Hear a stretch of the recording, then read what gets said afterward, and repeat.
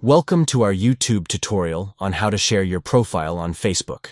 Today, we will guide you through the simple steps you need to follow to share your Facebook profile with others. First, open the Facebook app on your Android device.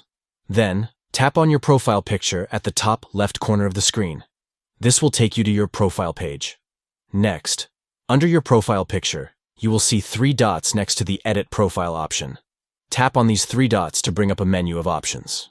From the menu, select the Copy Link option located at the bottom of the profile picture page. This will copy the link to your Facebook profile to your device's clipboard.